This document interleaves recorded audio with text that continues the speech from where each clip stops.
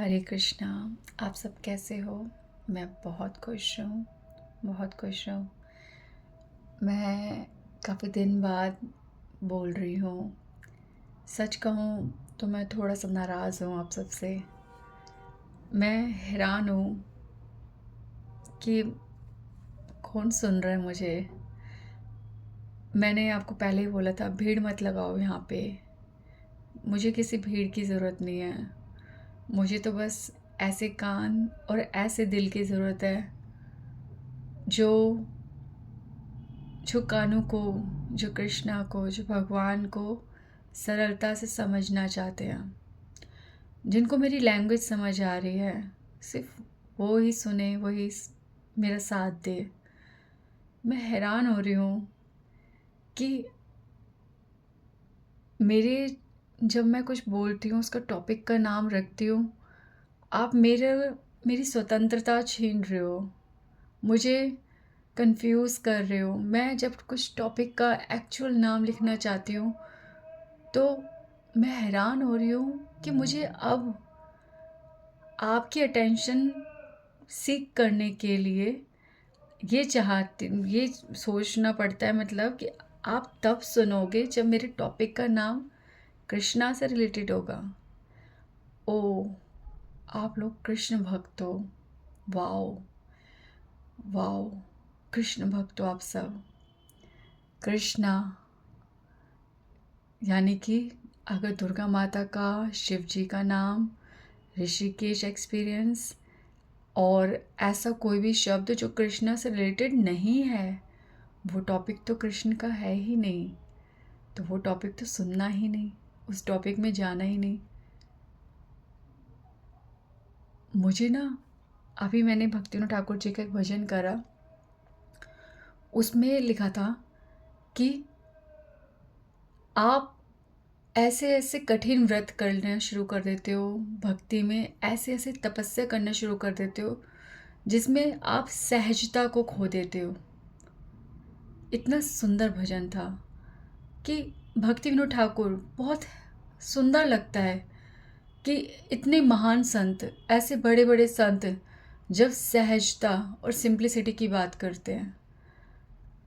हम लोग हम लोग किसी साधु का, जब भी हम कुछ भगवान से जोड़ते हैं तो हम एक साधु को, उसका एग्जाम्पल देखते हैं कि वो भक्ति कैसे करते हैं। हमारी आंखों के सामने एक साधु होता है, पर साधु भी दो तरीके से दिखता है, एक बाह्य और एक आंतरिक। बाह्य जब वो दिखता है तो आचरण करते हुए दिखता है, वो कुछ तपस्याएं करते हुए दिखता है, वो कुछ नियम पालन करते हुए दिखता है। पर आपको पता है कि साधु भी एक चैलेंज पे जी रहे होते हैं कभी कभी। वो हमारे लिए हमारे लिए हमको सिखाने के लिए उनको तपस्याओं और नियमों का पालन करना पड़ता है, क्योंकि वो समाज के सामने एक उदाहरण है। वो भगवान को मतलब भगवान के निज जन है, ये ध्यान में रखते हुए उन्हें अपने व्यवहार पर, हर चीज़ पर ध्यान रखना पड़ता है।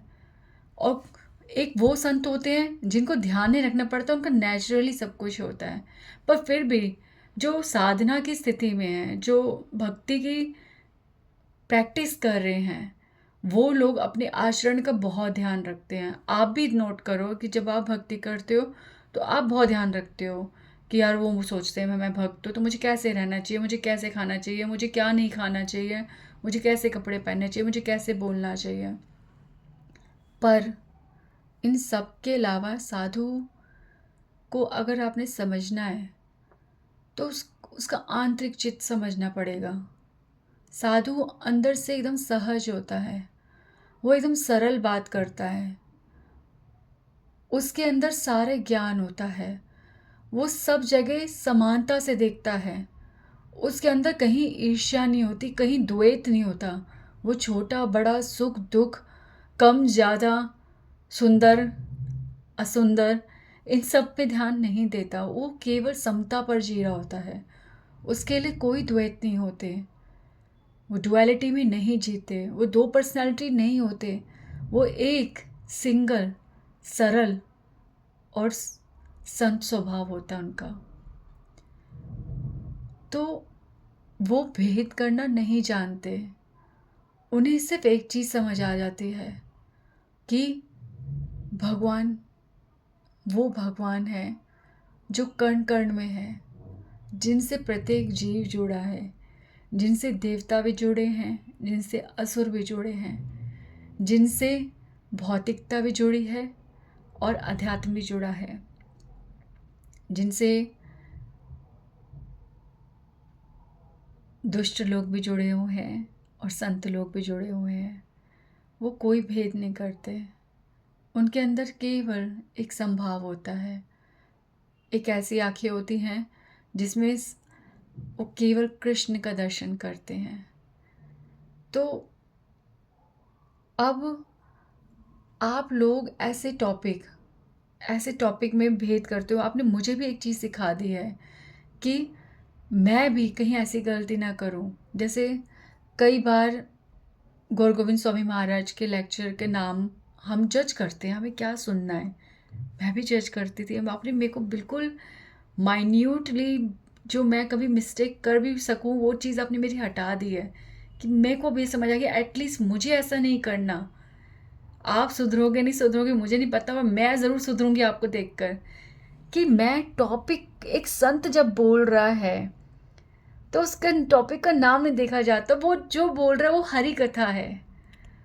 उसके मुंह से निकलने वाली हर वाणी हरि के चरणों से ही शुरू होती है और हरि के चरणों में ही विसर्जित होती है, बस। तो मुरारी बापू की कथा में कोई भी मानस शब्द जुड़ा हो, वो है केवल भगवान की कथा, वो सब राम कथा है। ऐसे ही गौर गोविंद स्वामी महाराज कोई भी टॉपिक पे, चाहे वो क्रोध, चाहे किसी भी चीज़ को वो एक्सप्लेन कर रहे हैं, वो केवल और केवल कृष्ण कथा है। तो आप आपको पता है, मैं वो चीज़ ट्राई कर रही हूँ जो हम सब लैक कर रहे हैं। भगवान हमें नहीं स्वीकार कर सकते। आप मत सुनो मेरे को, वो शुरू के 7 लोग जो है ना, जो कैसा भी टॉपिक हो बस सुनते हैं, मुझे उन्हीं 7 लोगों के लिए ही मैं बोल रही हूँ। आप वो लोग जो सुनते हो उनके लिए मैं बोल रही हूँ, सुनो प्लीज़, आप ध्यान से सुनो कि आप भगवान को प्रसन्न नहीं कर सकते। तब तक प्रसन्न नहीं कर सकते जब तक आप सबसे प्रेम करना नहीं आरंभ करोगे। और ये प्रेम करना आरंभ, एक शुरुआत और एक अंत, ये 2 जगह पे प्रेम कर लो।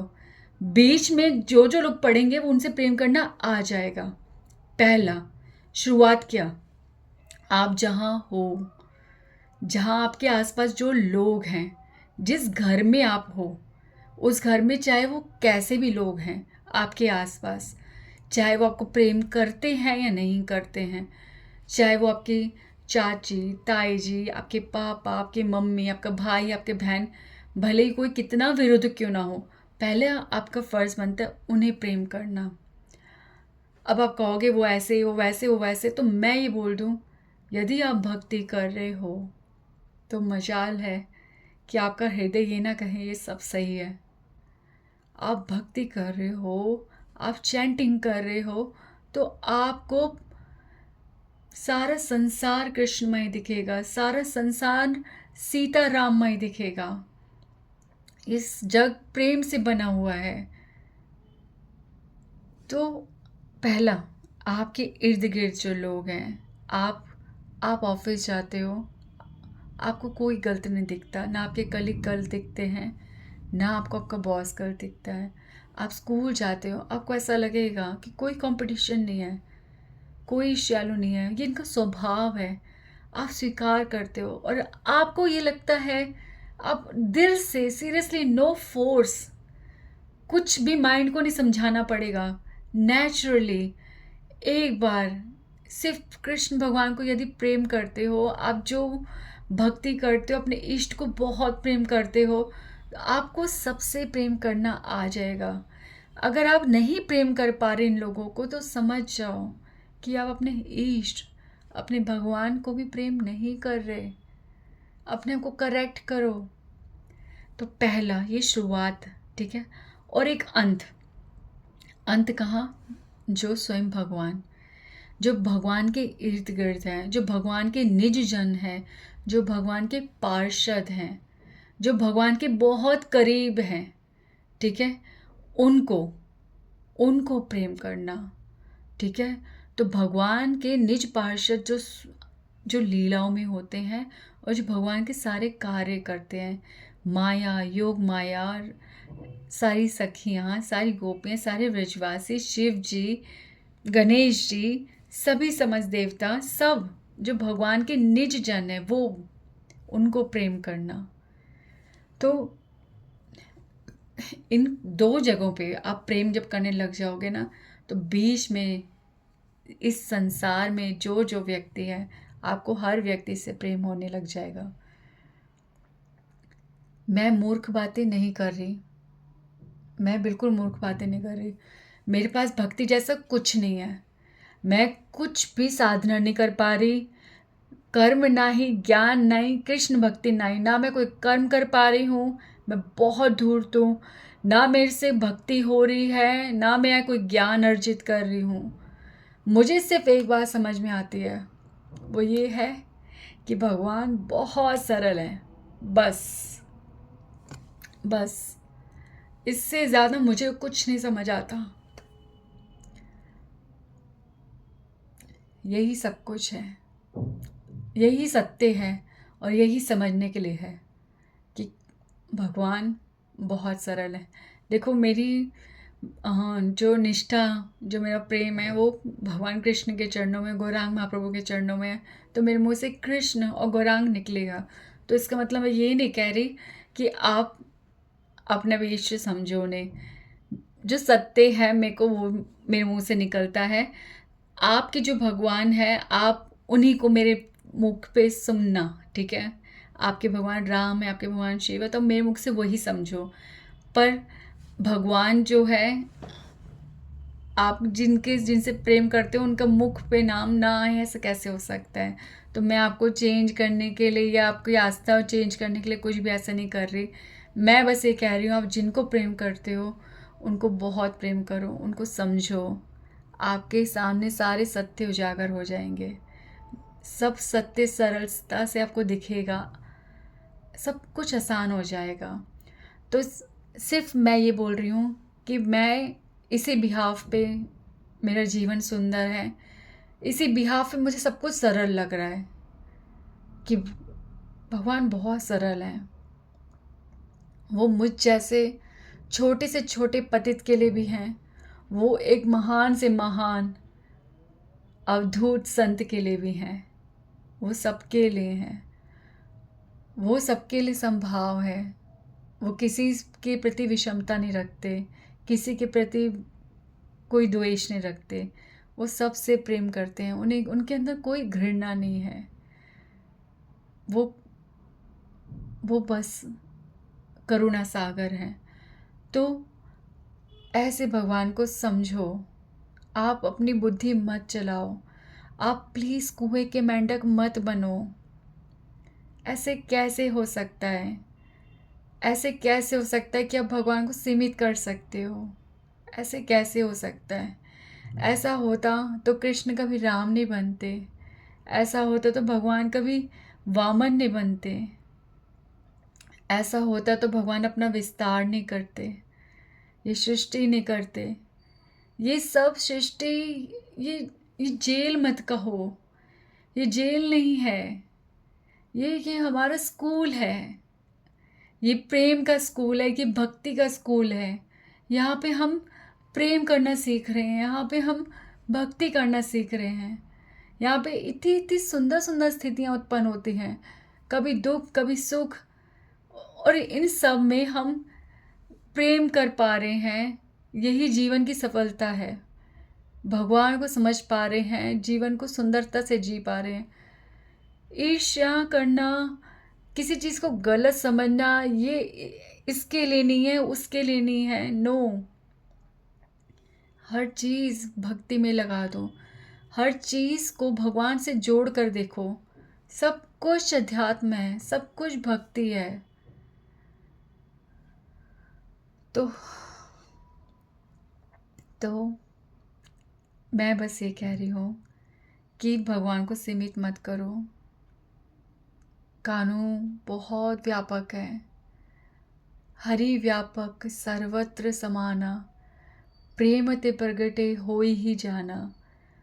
हरि व्यापक सर्वत्र समाना, वो हर जगह समान रूप से हैं। आप जब प्रेम करोगे ना तो उनका प्रकट रूप उनका आपको सब जगह दिखेगा। तो ये टॉपिक से भगवान को लिमिटेड मत करो। मुझको कर दोगे ठीक है, पर अपने इस जीवन में कितना कुछ छोड़ दोगे, कितना कुछ छोड़ दोगे। निंदा करना, वो ये बोलते हैं, ये बोलते हैं, वो ये नहीं भक्त, वो उनके भक्त हैं। अरे सत्य को लो, सत्य जहाँ से मिल रहा लो। सत्य बहुत सुंदर है, सत्य भगवान है। सत्य का दर्शन हर जगह करो। कौन क्या है क्या नहीं है, पर अगर उनके मुख से सत्य निकल रहा, सत्य सत्य है, डेट्स इट। सत्य को ग्रहण करो। व्यक्ति से मत जुड़ो, व्यक्ति की बात से जुड़ो। तो अपने आप को प्लीज़ लिमिटेड मत करो, ठीक है। अभी मुझे एक लाइन याद नहीं आ रही, गौरांग महाप्रभु के एक भजन में एक लाइन है कि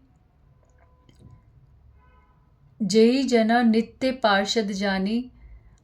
मतलब उस लाइन का मतलब ये कि गौरांग महाप्रभु के पार्षदों को जब तक हम प्रेम नहीं करते, जब तक हम उनको नहीं जानते, तब तक हम भगवान को नहीं पा सकते, नहीं समझ सकते।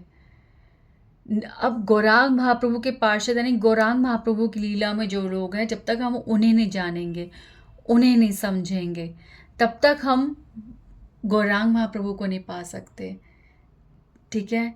अब गौरांग महाप्रभु ही कृष्ण है, गौरांग महाप्रभु ही नाम राम है, ठीक है।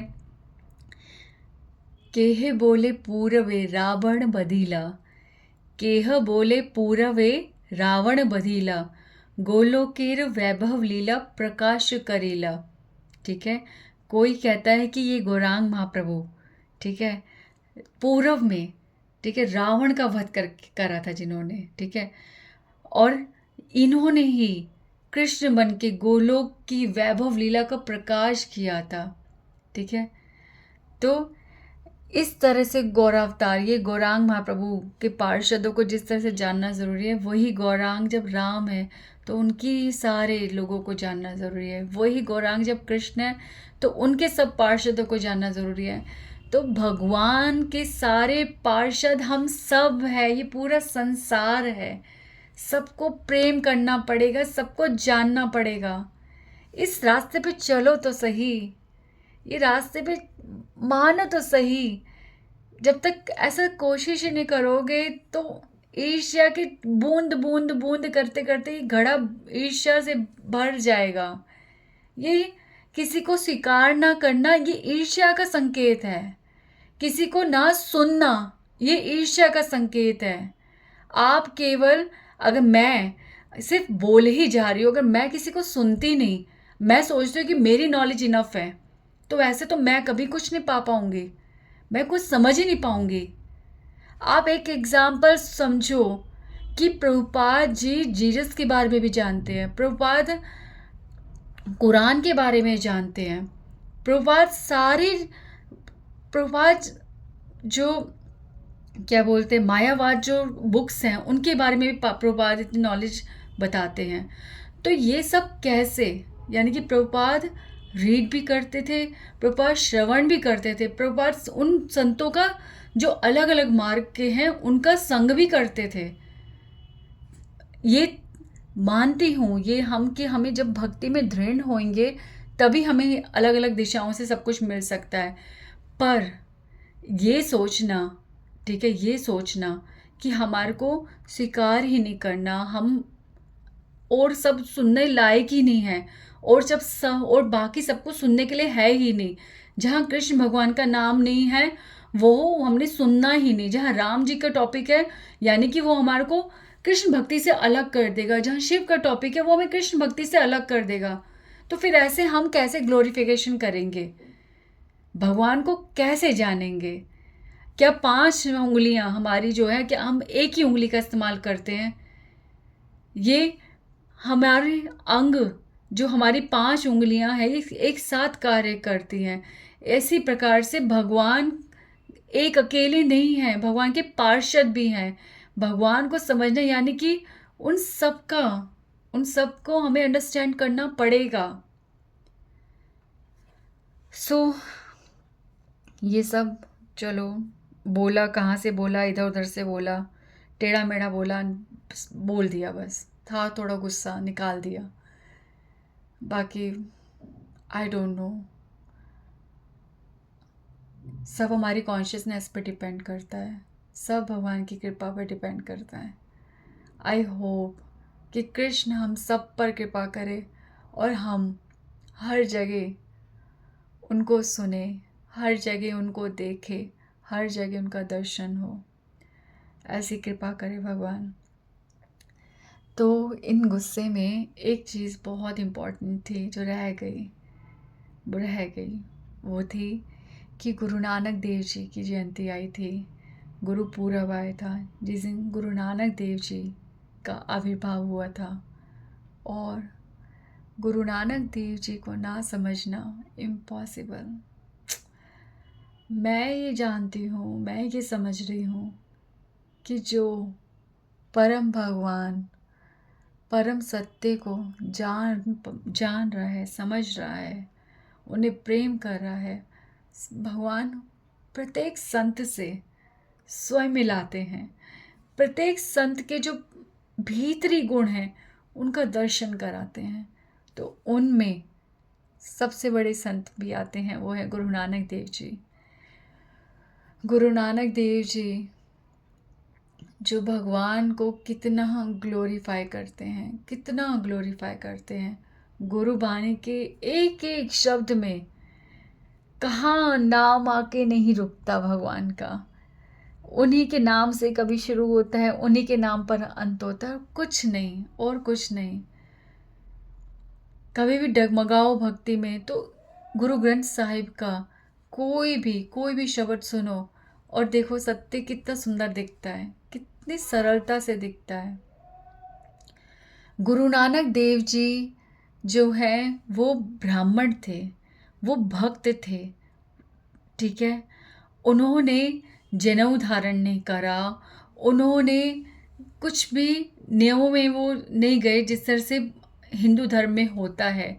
इसका अर्थ ये नहीं है कि उन्होंने कोई नया धर्म का स्थापना कर ली।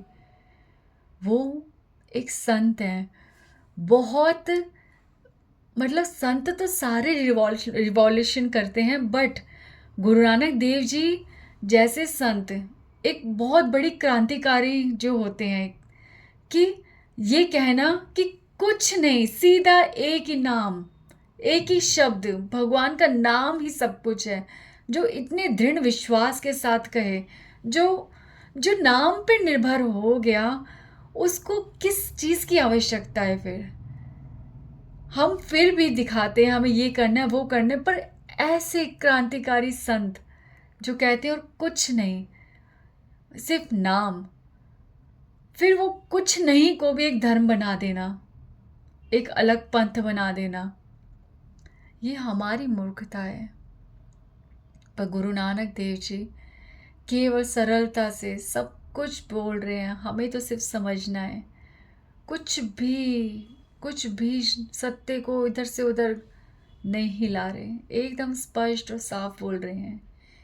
हे गोविंद, हे गोपाल, हे दयाल लाल, हे गोविंद, हे गोपाल, हे गोविंद, हे गोपाल, हे दयाल लाल, हे दयाल लाल, हे गोविंद, हे गोपाल।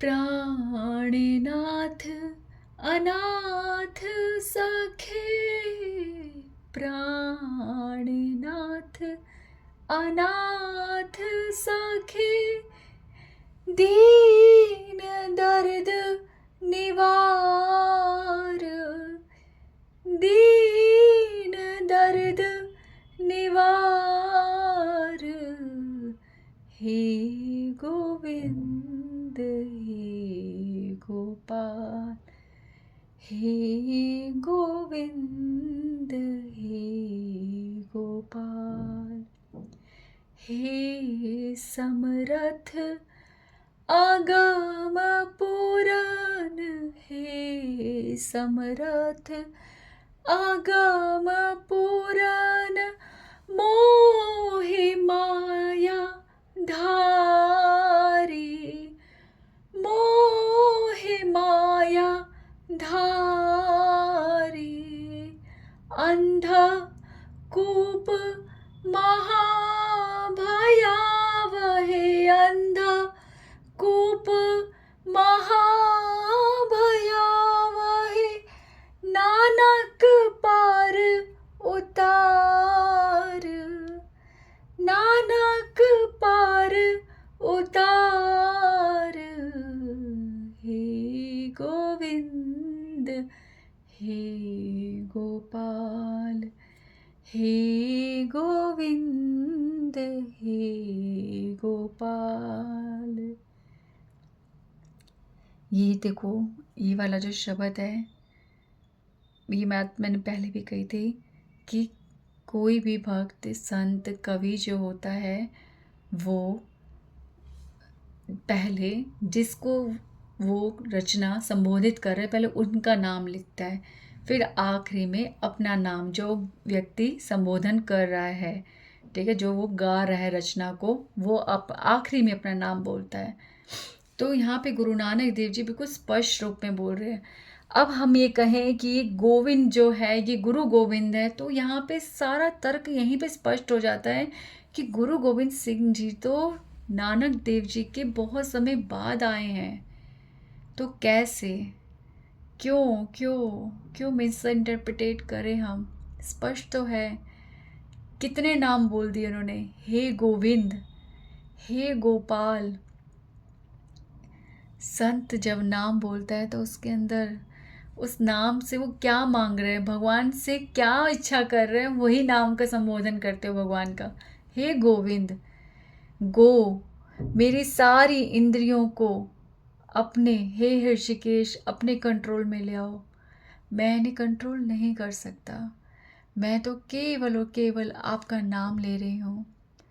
इनको कंट्रोल करना आपका काम है, मेरा काम सिर्फ आपका नाम लेना है। नानक केवल नाम आधारा, नानक का आधार केवल आपका नाम है। हे गोविंद, हे गोपाल।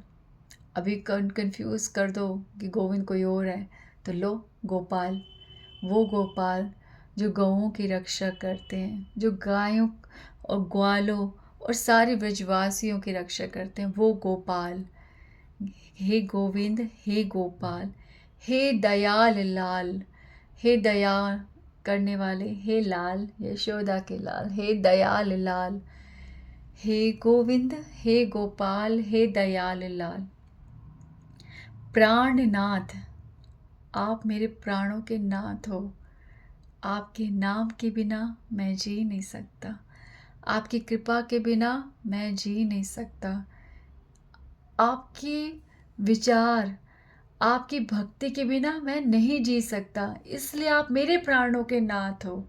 इसलिए नहीं भगवान कि आप परमात्मा बन के, चेतना बन करके मेरे जीवन, मेरे शरीर के अंदर समाये हुए हो, आप निकल जाओगे तो मेरा शरीर खत्म हो जाएगा। नहीं, मैं वो प्राणनाथ, उस पंच भौतिक शरीर वाले प्राण की बात नहीं कर रहा, मैं उन प्राणों की बात कर रहा हूँ जिनके बिना प्रतिदिन प्रति क्षण मैं नहीं रह सकता।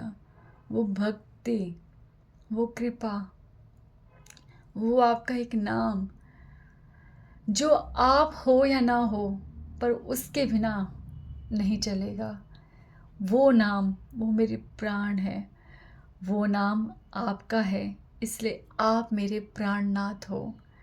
हे प्राणनाथ, प्राणनाथ, अनाथ सखे। इस अनाथ, इस अनाथ के आप सखा हो, कितनी सरलता से सखा बन के हमेशा मेरे साथ हो।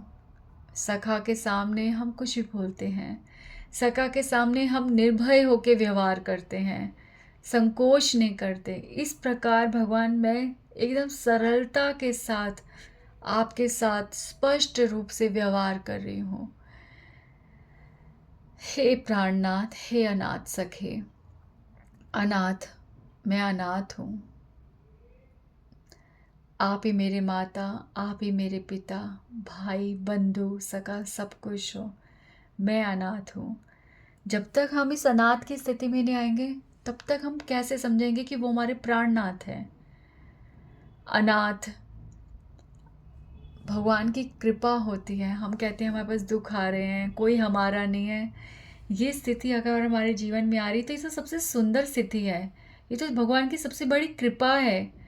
लोगों के तो अंत समय, अंतिम श्वास तक उनको यही भ्रम रहता है कि मैं कभी अनाथ नहीं हूँ, मेरे पास मेरे परिवार के लोग हैं, मेरे पास सब कुछ है, मेरे पास धन की शक्ति है, मेरे पास ऐश्वर्य की शक्ति है, मेरे पास परिवार की शक्ति है, मेरे पास मेरे बच्चों की, मेरे माता पिता की शक्ति है। तो ये सब जब तक हमारे पास ऐसी शक्तियों का भ्रम हमारे दिमाग में रहेगा, तब तक हम कैसे अपने आप को अनाथ समझेंगे। तो यहाँ पे गौरांग महाप्रभु कहते हैं शून्यायितम जगत सर्वम। जब तक जगत हमारे को शून्य नहीं दिखेगा, जब तक हमारे अंदर ये फीलिंग नहीं आएंगी we are alone. Prabhupada ji कहते हैं जैसे एक छोटा बच्चा जब मेले में जाता है और उसकी माँ का हाथ उससे छूट जाता है, तो सोचो वो मेले में किस प्रकार रोता है। याद करो अपने बचपन का कोई सीन, याद करो कि आप अपने माँ बाप के साथ कहीं जा रहे थे और वो आप अकेले रह गए, ठीक है, और वो निकल गए। उस टाइम पे वो फीलिंग याद करो, क्या सोचा आपने। आपका सब कुछ खत्म, जीवन में कुछ नहीं रहा, आपका क्या होगा। अरे सच बताऊं तो आप ये भी नहीं सोचते, एक सरल बच्चे की तरह सोचो, आप ये नहीं सोचते क्या होगा, खाना पीना ये सब नहीं सोचते। बस आप ये सोचते हो कहाँ गए वो। उनसे इतना प्रेम होता है कि उनका हाथ छूट गया, सिर्फ यही हो रहा है कि वो मुझसे दूर चले गए। वो अभी तो बच्चा तो माँ बाप की ज़रूरतें नहीं समझता, माँ बाप कितने हमारे लिए ज़रूरतमंद है ये नहीं देख रहा। वो केवल प्रेम संबंध में होता है, वो एक आसक्ति में होता है। वो चीज़ फील करो कि मेले में जब बच्चे का माँ से हाथ छूट जाता है तो बच्चे की स्थिति क्या होती है, कैसे तड़प तड़प के रोता है, किसी से कुछ नहीं कह रहा, बस इधर उधर देख रहा, रोए जा रहा है, रोए जा रहा है, भाग रहा है, ढूंढ रहा है। ऐसा ऐसी स्थिति जब तक हमारे को नहीं महसूस होगी, तब तक हम भगवान को प्राणनाथ कैसे समझेंगे। तो अगर हमारे को जीवन में अनाथ वाली फीलिंग आ रही है तो समझ लो ये बहुत बेस्ट है, ये बहुत बेस्ट फीलिंग है। ये नहीं कि आज अनाथ समझा और कल अरे यार मेरे को मिल गया उसका सब्स्टिट्यूट। नहीं नहीं नहीं, ये अनाथ वाली फीलिंग नहीं है। आज ये तो कल कोई और, ये वाली नहीं है। अनाथ मतलब जो हमेशा सत्य का दर्शन कर लिया, जिसको एक बात समझ आ जाती है कि सब तो मेरे साथ है पर कोई मेरा है नहीं। ये जानने के बाद भी सबको प्रेम करना कि ये बस संगी है मेरे, ये मेरे साथ नहीं है, डेट्स इट। इस तरह से अपने आप को अनाथ महसूस करना, तब वो प्राणनाथ महसूस होंगे। प्राणनाथ अनाथ सखे, प्राणनाथ अनाथ सखे, मोहे माया धारी। कह रहे हैं कि मैं मायाधारी, मैं मायाधारी हूँ। एक सेकेंड, ये लाइन से बोल रही हूँ मैं। मायाधारी वाली लाइन बाद में है। प्राणनाथ अनाथ सखे, दीन दर्द निवार। तो मैं अनाथ हूँ भगवान, आप मेरे प्राणनाथ हो, तो समझ जाओ कि इस दीन, इस गरीब की, ठीक है, दीन क्या गरीबी है, मुझे किस चीज़ की गरीबी, मेरे को भाव की गरीबी है, मुझे भक्ति की गरीबी है, मुझे श्रद्धा विश्वास की गरीबी है। तो दीन दर्द निवार, इस दीन के अंदर कोई शक्ति नहीं है कि वो ये सब चीज़ें अर्जित कर सके। तो ये दर्द मेरे हृदय में, ये शेल बुके, ये शेल की तरह, ये कांटे की तरह ये दर्द मेरे हृदय में चुभ रहा है। तो इससे आप ही मेरा निवारण करवा सकते हो और कोई नहीं भगवान। मैं आपके चरणों पर आधारित हूँ। आप ही मेरे नाथ हो, इस अनाथ के नाथ। तो आप ही मुझे सनाथ करो भगवान, और इस दर्द को निवारित करो। मुझे भक्ति दो, मुझे श्रद्धा दो, मुझे विश्वास दो, मुझे प्रेम दो, मुझे निष्ठा दो। तो हे समरथ अगम पूरण, अब बोल रहे हैं भगवान आप समर्थ हो। आप ये नहीं कह सकते मैं नहीं दे सकता, तुम्हारे कर्म ये हो। ठीक है भगवान, मेरे कर्मों के फल मुझे जो मिलने मिलेंगे। डोंट इंटरफेयर, मुझे पता है आप नहीं इंटरफेयर करते, आप सृष्टि के कार्य में कोई इंटरफेयर नहीं करते। मेरे कर्मों के फल मुझे मिलेंगे, पर आप समर्थ हो भगवान। आप ऐसी क्या चीज़ नहीं कर सकते, आप हर प्रकार से समर्थ हो। आप भक्ति तो दे सकते हो मुझे, मेरे दुखों का निवारण मत करो। मुझे मुझे रहने दो, मुझे योनियों में भटकने दो, पर एक प्रेम, एक भक्ति तो दे दो मुझे। एक बार अपना नाम दे दो, फिर भटकने दो मुझे करोड़ों करोड़ों योनियों में, करोड़ों करोड़ों जन्मों तक, कोई दिक्कत नहीं। एक बार अपना नाम दे दो। क्यों? क्योंकि आप समर्थ हो। हे समर्थ अगम पूर्ण, अगम, आपका कोई पार नहीं भगवान। Who can cross you, who can stop you? Nobody. कोई आपको नहीं रोक सकता भगवान। आप निर्विघ्न, आप बिल्कुल सरलता से मुझे भक्ति दे सकते हो। आप प्रसन्न हो जाओ तो कौन मुझे रोक सकता है भक्ति करने से। तो हे समर्थ अगम पूर्ण, पूर्ण मतलब परफेक्ट। आप परफेक्ट, भगवान को मस्का लगा रहे नानक देव जी। आप परफेक्ट हो भगवान, आप परफेक्ट हो। आपने भगवद गीता में बोला है कि जो आपकी शरण में आता है आप उसे भक्ति देते हो। तो मुझे भक्ति दो भगवान। ददामि बुद्धि योगम तम येन माम उपयांति ते। तो आपके जो भक्ति करते हैं आप उसे ऐसी बुद्धि देते हो कि वो जिस प्रकार से आपके चरणों में आएगा। तो हे समर्थ अगम पूर्ण, अब भगवान मैंने बोल दिया आप समर्थ, आप अगम, आप पूर्ण, तो मैं क्या? मैं मायाधारी। मैं भगवान जानते हुए भी कि भक्ति करने के लिए जीवन है, जानते हुए भी कि इधर उधर भटकने से कुछ नहीं मिलेगा, जानते हुए भी कि ये जीवन केवल केवल केवल भक्ति के लिए मिला है, ना कि हम हमारी इंद्रिय भोगों के लिए मिला हुआ है। ये सब जानते हुए भी मैं कुछ नहीं कर पा रही। मैं ना अपनी इंद्रियों को कंट्रोल कर पा रही हूँ, ना मैं कुछ भक्ति कर पा रही हूँ, ना मैं आपके चरणों में समर्पित हो पा रही हूँ। मैं जानती हूँ सब धोखेबाज लोग हैं, फिर भी मुझे उन्हीं से प्रेम होता है, फिर भी वो ही मुझे आकर्षित करते हैं। फिर भी क्यों? क्योंकि मैं मायाधारी हूँ। माया मुझे हमेशा भ्रमित कर देती है। सत्य जो है झूठ दिखता है और झूठ जो है वो सत्य दिखता है, क्योंकि मैं मायाधारी हूँ भगवान। मेरी आंखों के आगे ऐसे चश्मा लगा है कि वो चश्मे के रंग ही मुझे सारी सारी तरफ दिख रहा है। मुझे प्रकाश दिख ही नहीं रहा, काला ही काला दिख रहा है, सब अंधेरा ही अंधेरा। तो भगवान सोचो ना, उस माया का चश्मा वो तो केवल आप ही हटा सकते हो। तो मैं मायाधारी, ठीक है।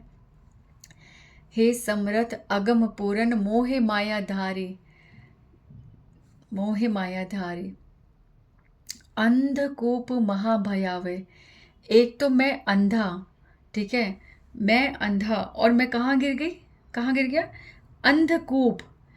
अंधकूप, ऐसे कुएं में मैं गिर चुकी हूँ जहाँ पे इतना गहरा है, जहाँ से बाहर निकलने का कोई रास्ता ही नहीं है। अंधेरा ही अंधेरा है, अंधा कुआं, कुछ नहीं दिख रहा।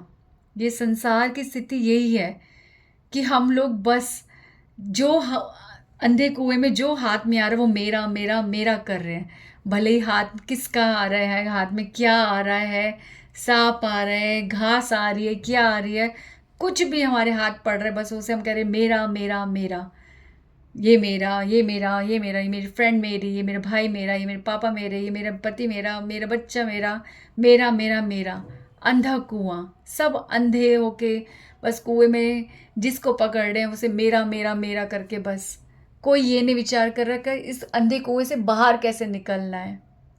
तो अंधकूप महाभयावह, तो हम कैसे निकलेंगे बताओ। अंधे कुएं में कोई गिर जाए, ठीक है, मूर्ख व्यक्ति होते हैं ना, वो सोचते हैं कि इस अंधे कुएं से तो बाहर कोई निकल ही नहीं सकता, तो ये हैबिट बना लो इसी अंधे कुएं में रहना, डेट से ऊपर कुछ ही नहीं है, यही है सब कुछ, बस अंधेरे में ही रहना है। तो वो मूर्ख लोग हैं जो सोचते हैं इस कुएं से बाहर निकला ही नहीं जा सकता, वो तो इस कुएं में ही रहेंगे, क्योंकि वो हैबिचुअल हो गए, उन्होंने मान लिया है कि इसी अंधेरे को अपना के रहना है, यहाँ से बाहर कुछ नहीं है। पर जो एक ऐसा व्यक्ति जिसको भगवान भगवान की कृपा मिल जाए, उसके हृदय में ऐसा ज्ञान जागता है कि ये अंधा कुआं मेरे लक्ष्य नहीं है, ये मेरी स्थिति नहीं है, इस अंधे कुएं से बाहर एक जीवन है, मुझे वहाँ पहुँचना है। और फिर वो तड़पते हुए पुकार लगाता है, हरे कृष्ण कृष्ण कृष्ण हरे हरे, हरे राम राम राम हरे हरे। आप सोचो अगर कुएं में कोई गिरेगा तो उसके पास केवल एक ही मार्ग है, वो है नाम। वो चिल्ला चिल्ला के नाम पुकारेगा, दर्द में पुकारते हुए, तड़प तड़प के केवल पुकारेगा, नाम लेगा। तो हम लोग भी जब तक ये नहीं समझेंगे कि हम अंधे कुएं के अंदर गिरे हुए हैं, तब तक हमें नहीं समझ आएगा कि इस अंधे कुएं से निकलने का केवल एक उपाय है, वो है केवल नाम नाम नाम। इसलिए गुरु नानक देव जी ने ये बोला है, ये इतना गहरा एग्जाम्पल है कि अंधकूप महाभयावह, बहुत भयानक है, बहुत भयानक है अंधा कुआं। तो मोह मायाधारी मैं यहाँ से नहीं निकल सकता, अंधकूप महाभयावह, नानक पार उतार। भगवान, मैं केवल आपका नाम ले रहा हूँ, इससे केवल मुझे आप पार उतारोगे। प्लीज़ डोंट अंडरस्टैंड, नानक पार उतार, नानक पार उतार, नानक पार उतार, कि हे नानक हमें पार उतार। नानक देव जी स्वयं बोल रहे हैं कि नानक को पार उतारो। हाँ, हमें प्रार्थना ही करनी चाहिए, हे नानक देव जी आप हमें पार उतारो, आप हमारी हेल्प करो, आप भगवान के निज जन हो, आप भगवान से हमारी अप्रोच करो कि इस मूर्ख पर कृपा करो। तो हम पर भगवान तभी कृपा कर सकते हैं जब आप जैसे संत हमारी अप्रोच करें, हमारे लिए प्रार्थना करें भगवान से। तो हे नानक देव जी, हम सब मिलकर आपके चरणों में प्रार्थना करते हैं कि हमारे लिए भी भगवान के चरणों में प्रार्थना करो, जिससे हमारे हृदय में भक्ति जागे। तो ये गुरु नानक देव जी के लिए, और गुरु नानक देव जी की ग्लोरिफिकेशन तो होती रहेगी। तो प्लीज़ गुरु नानक देव जी को समझे, हमें सबको सिख बनना है। सिख नहीं होता, हमें सच्चा सीख बनना है। सीख गुरु नानक देव जी ने जो सीखियाँ दी हैं, यानी कि जो सीख टीचिंग्स दी है, हमें उसे सीखना है। हमें इसलिए सच्चा सीख बनना है। सीख इज़ द नाउन नाउ, ये एक संज्ञा है कि हमें अच्छा सीख बनना है। गुरु नानक देव की सीखों को सीख कर हमें सच्चा सीख बनना है, ठीक है। और इसे पंजाबी लैंग्वेज में सिख सिख सिख बोलते हैं। नो, वो नहीं, हम सबको सिख बनना है, हमें सबको सीख बनना है। समझ आ रही कोई बात? नहीं समझ आ रही तो इट्स भगवान की कृपा मांगो। तो हम सबको एक्चुअल लर्नर बनना है। एक्चुअली जो लर्निंग्स गुरु नानक देव जी की है उसे लर्न करना है, सीखना है। एंड सीख मीन्स लर्नर, हमें सच्चा सिख बनना है। तो इस तरह से संतों की कृपा पाकर हम भक्ति को समझ सकते हैं।